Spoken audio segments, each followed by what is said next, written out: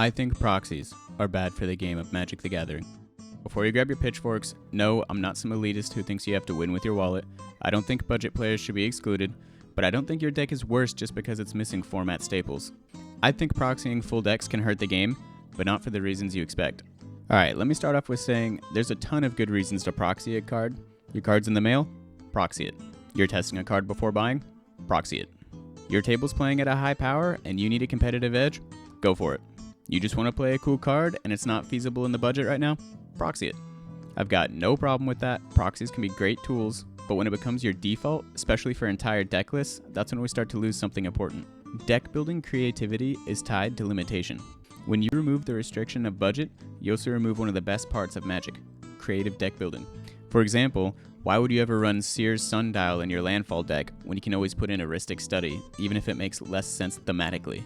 And Seer's Sundial is a cool card. It draws you cards when you landfall, but no one's ever going to play it if they're proxying Heuristic Study into every deck they own.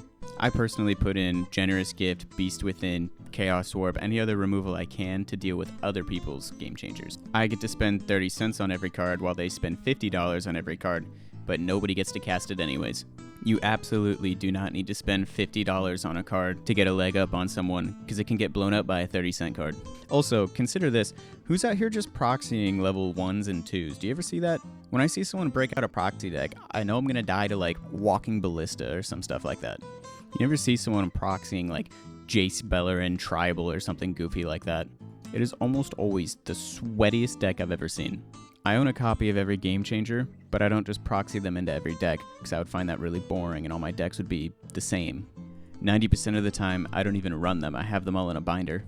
Instead, if I'm going to use it at all, I choose a deck for that, and for the other decks that would want it, I find something else. When everybody just proxies the most generically powerful thing for every deck, all the decks start to look the same. You don't have to run a creative Mana Rock, you just proxy in Mana Crypt or now that it's banned, something else, I don't know, whatever people proxy in. You don't find clever draw engines that work with your synergy. You just run Heuristic Study and Remora. And that does lead to an arms race, even unintentionally, where suddenly your pod is all 4 players playing the same list of top tier cards, and it's just boring. There's no personality left in the decks. Think about how EDH, every deck is 85% of the same cards. That can happen in a lower power level, it's just, instead it's 60% the same cards.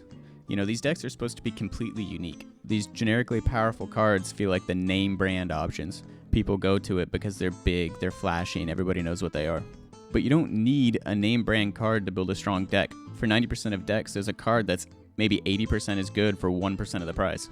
And sometimes, that card's even better in your specific deck. Hell, it can even cost less than the actual proxy itself if you consider ink and paper and the time you put in to make it. When I'm building a deck, I'd rather find a clever engine that synergizes with my theme rather than just default to the big expensive staple. Restricting your deck by budget, theme, or color forces you to get creative, makes your victories feel earned and your decks feel unique, and it just makes the game more fun to play.